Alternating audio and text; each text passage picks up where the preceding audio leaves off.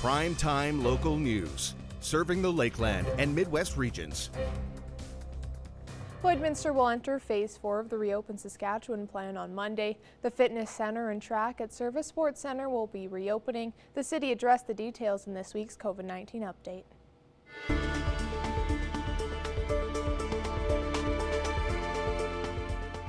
We're here for the COVID-19 update within the city of Lloydminster. Today is Thursday, June 18, 2020.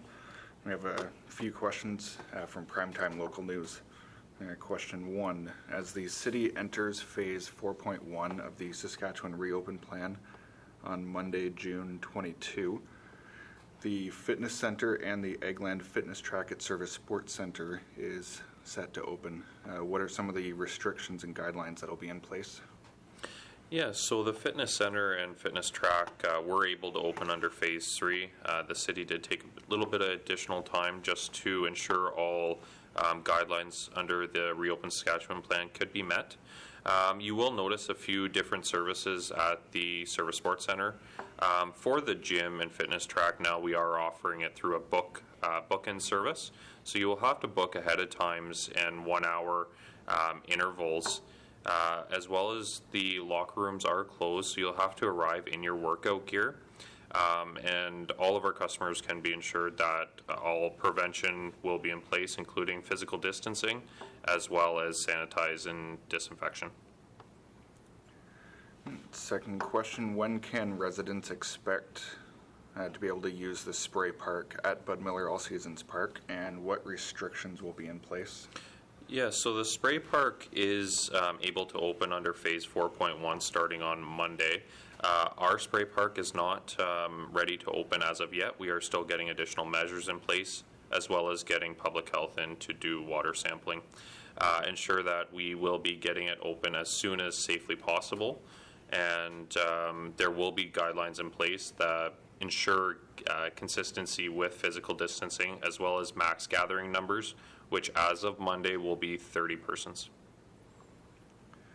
And what are some of the considerations that went into the decision to not open the outdoor pool in 2020? This was a hard decision for the City of Lloydminster, as we do understand the importance of outdoor aquatics throughout the summer months. The additional support needed for these facilities, as well as the shortened seasonal, as opening is already quite delayed throughout the season. So we are needing to refocus resources to both the indoor pool as well as our spray park. We are still planning on reopening our outdoor pool in 2021. And their last question, why does the City of Lloydminster remain in a state of local emergency? So the City of Lloydminster does still have an active state of local emergency in place. This is in place to ensure consistency on both sides of our border when responding to the COVID outbreak. Our residents can expect that the state of local emergency will stay in place for the future and dealing with the COVID-19 virus. Now our Connor Chan will take a look at your weather forecast.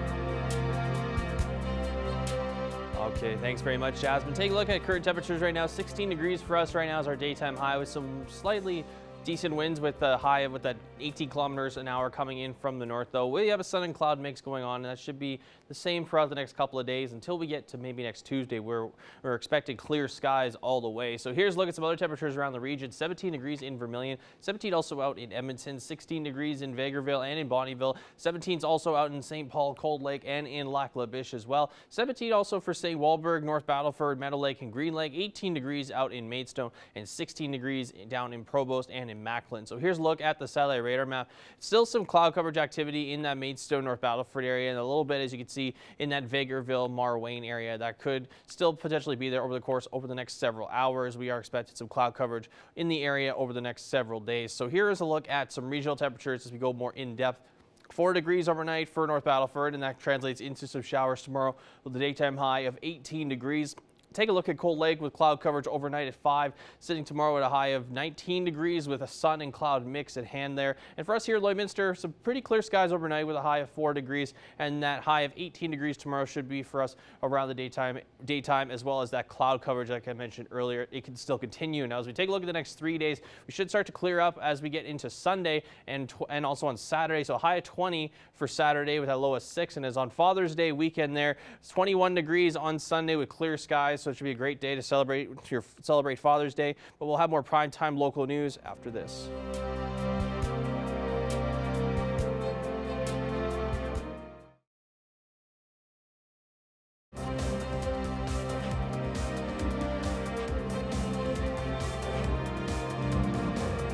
Welcome back. A dry May allowed producers to combine and get crop from last fall off the field, but recent weather has slowed growth. Eric Bay has more on the conditions around Lloydminster.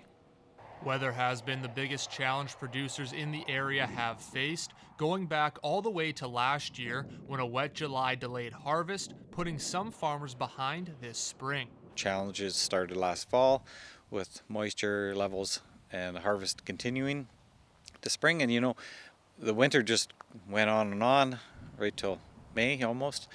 But we had a beautiful May with really dry weather pattern, and so that dry weather pattern in May really enabled farmers to get in there and harvest that crop earlier than they probably expected and get seeding operations started.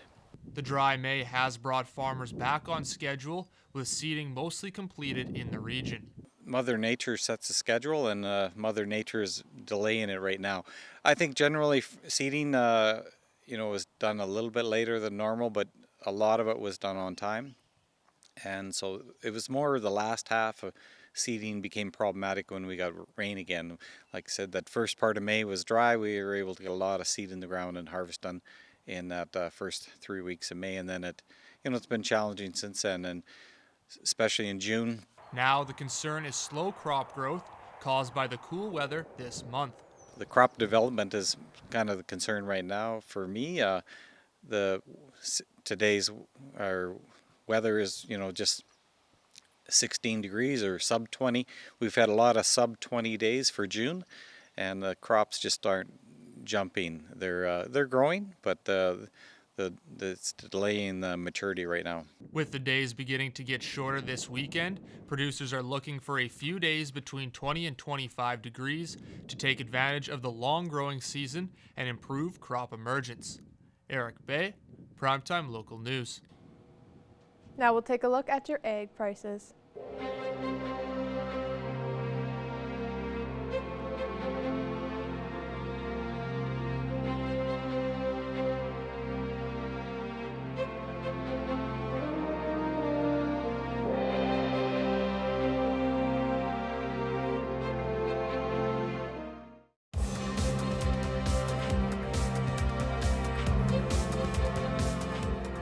On this week's edition of Around the AJHL, our Evan Kenny sat down with Fort McMurray oil bearers and Captain Conrad Belcourt.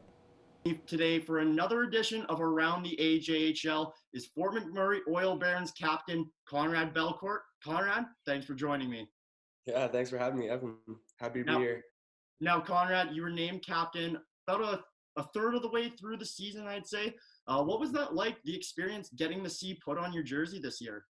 It was really humbling, but it was, I don't know, it was one of those things that you strive for, like, growing up. Like, obviously, you want to be the captain of your team, but I was just really thankful for the guys that I was surrounded by. They made it pretty easy. I think it was a tough start to the season, but definitely after, I was named captain and everything, I had a lot of guys pulling behind me and pulling in the right direction, and it made it a lot easier moving forward. As a team, like for our record wise, and just being able to lead with a bunch of guys that, wanted it as bad as you did, right?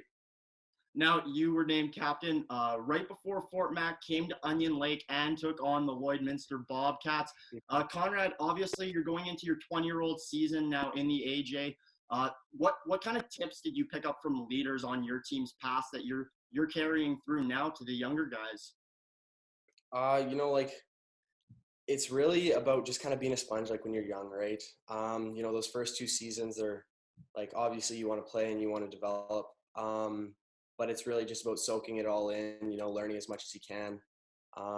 Nobody really peaks, I guess. Like you're always learning, you're always growing as a player. So that was definitely one of the things that when I was 16 and 17 that our leadership group was really pushing, was just to, be there, enjoy the moment, but have that drive, right? Now, another thing that happened to you through the middle of the season was getting a new coach. You guys got Gord Thibodeau, one of the AJHL's greats. What was it like starting to play under him? Honestly, it was phenomenal. I have a lot of respect for Gord, and I'm really excited for this upcoming season. He's a great guy. Everybody, you hear a lot of things about guys before you meet them. And, a little bit nervous going up to, beforehand meeting him. But unbelievable guy, holds guys accountable, wants the best for everybody, cares about every single guy in that dressing room. Is a big fan of bonding, wants to have a really tight-knit group. And he's nailing the head with structure. He really enforces that we got to out-structure teams in games. And, I think he does a really good job of putting our best foot forward. Now, you guys made playoffs this year. You were the 6th seed in the North and took on the Whitecourt Wolverines in that first round. Unfortunately, the first round didn't quite go how you guys would have hoped, losing the series 4-2. Just take me through that series and, what you thought of it. Actually, I was really, really happy with how we played. Obviously not happy to lose out, and then this COVID thing happening. And ending everybody's season. But I thought we really did make a push going into the last stretch of the season, and in playoffs I thought we were a different animal. We were a different team, I'd say. Especially you look from the beginning of the season to the end, and then in playoffs we definitely took another step forward. There was a lot of buy-in. Everybody was focused, ready to go. I thought we outplayed Whitecourt in our first 2 games, didn't get the outcome we wanted. But that's just the luck of the draw, right? You're not going to win them all. Whitecourt played a great series, but I thought definitely if we got a couple more bounces in our direction that it could have gone either way. Now, Conrad, like I mentioned earlier, you're going into your 20-year-old season, your final season of junior hockey. Just taking a look at your first season of junior, you played in the WHL with Kelowna. How much have you changed as a player over these past couple of years? Honestly, it's been a big change for me, honestly. Honestly, I want to believe that my fundamentals haven't changed much, but, there's been a lot of growth in my game. Especially in these past 2 seasons, I've been really happy with the way that my game has come along. But you always got to keep pushing, right? You always want to be better. And that's another reason why I'm excited for Gord to be around our team and a part of our staff this year is, he expects a lot from everybody. And there's no plateauing with Gord. He's always going to push you to be a little bit better. Now, final question for you, Conrad. As I've mentioned, I guess, time and time again throughout this interview, final season, is there any expectations from yourself heading into the season? There's a lot of expectations, actually. I've been in contact with our staff and a couple guys that I know are returning here. And as a team, we do have a lot of expectation. We want to make a push this year. Obviously, you want to make a push every year, but I'm really excited about this upcoming season. I feel like we have the potential to be, a contender this year. It's got to start from day one though, right? First day of training camp, everybody's got to be dialed and be ready to go. And I'm really excited for what's to come this year. Well, I appreciate you taking this time with me. This was Conrad Belcourt, captain for the Fort McMurray Oil Barons. Thanks, Ev. Now we will be taking a look at your pet pictures. Thank you to everyone who submitted them to our Facebook page, and we will be giving away a Pet Pad gift card on Friday.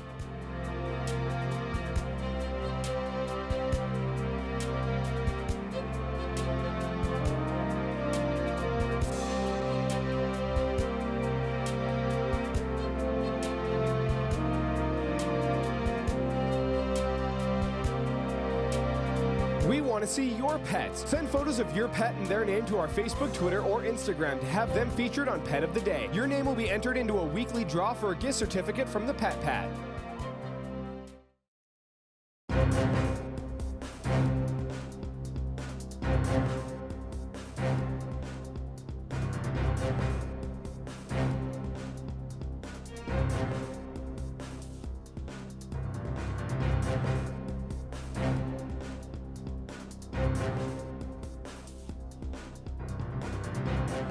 I'm joined here with Major Bon Jennings with the Lloydminster Salvation Army. Now, you guys have been operating differently throughout the pandemic. Can you explain to me how have you guys been during this time? We have been doing okay. A bit stressful on occasions because I think it's a disease where there's so many unknowns to it. So it's been a bit stressful that way. We've changed our operating. We only have 3 employees on site and only 2 volunteers that come in on a regular basis. We are open 5 days a week, but we're only taking appointments 3 mornings of the week, Monday, Wednesday, and Friday. And right now that is sufficient for the demand that we're experiencing.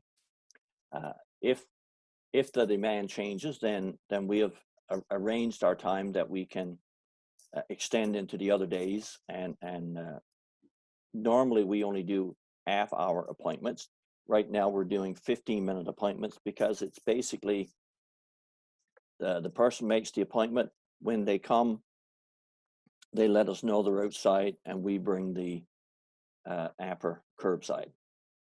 So it's not the most friendly way to do things, but it's the necessary thing to do right now for our protection and for the individual's protection as well.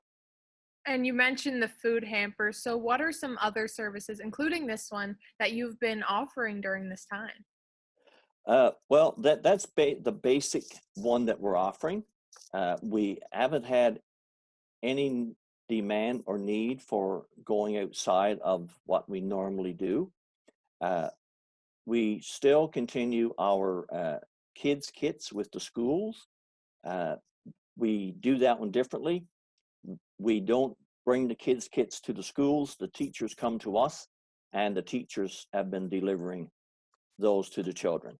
We're still doing the seniors' ampers. The seniors still come to pick up their amper once a week, and then on a monthly basis, they do get the larger amper. And you guys have received a lot of support during this time, from different businesses making donations and fundraisers. What has it felt like to be able to know that the community is helping you out during this pandemic? It's an amazing feeling. It's amazing, the support that we have been given from the community, and basically we haven't asked for it. The community has basically come to us. Some have asked us what we needed. We have told them. We have had one group of people. They asked us what some of the things that we could use to put in the hampers, and they brought us a large supply of those items that we're still actually putting in the hampers, just like detergent and dishwashing liquid and those types of things that we don't normally get a big supply of those on hand, but where those things have probably been high demand at stores because people don't want to go to the stores to pick them up. We've been able to put those in the hampers for people. Now, Fatburger here in Lloydminster ended up holding a fundraiser for the Salvation Army where they raised $1,000. What was your reaction to this? We were excited to learn that they were doing that, and pleasantly surprised at the amount that they were able to raise. So it was very, very nice to receive that donation. And now with everything reopening and more people getting out in the community, what are your plans for reopening, and how is the Salvation Army going to operate in this new reopened time? Well, right now our reopening is being dictated by headquarters. we're still going to, for the foreseeable future, operate as we are with 5 days a week, 3 days for appointments, and with the staff that we have. The end of June may change some of staff on site. We may bring back a couple more staff. If things change, then some of the volunteer base that we have been able to utilize over the years, they may be returning as well. Still, a lot of things are unknown right now, and our opening is probably going to be dictated by a headquarters before we can.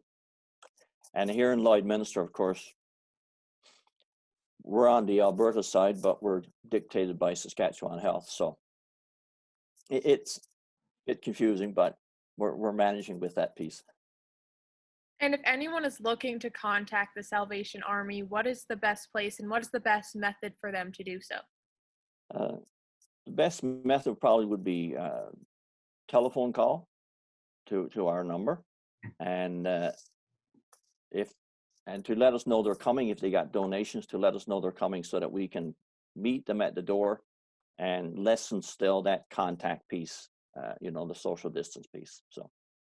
And maybe if someone wasn't sure how to go about doing so, but maybe they needed a donation, they needed a food hamper, should they contact you the same way, or is there a different Yes. process? No, if they're in need of help and they want to contact us, the telephone number is the best way to do that. Thank you so much for joining us. You're quite welcome. Thank you. Furniture set and design supplied by Furniture Gallery and Furniture House, downtown Lloydminster. Jacqueline Weed from Big Brothers Big Sisters Lloydminster joins me today. Jacqueline, first off, thank you very much for joining me. Thanks for inviting me. I want to start with the garden because I know that's been a big thing in your guys' organization for a long time. So just talk about your guys' community garden that you have out in Bud Miller Park and how's it going? Yeah, so we've had a garden at Bud Miller since 2016. It started just as a let's try it and see how it goes kind of project.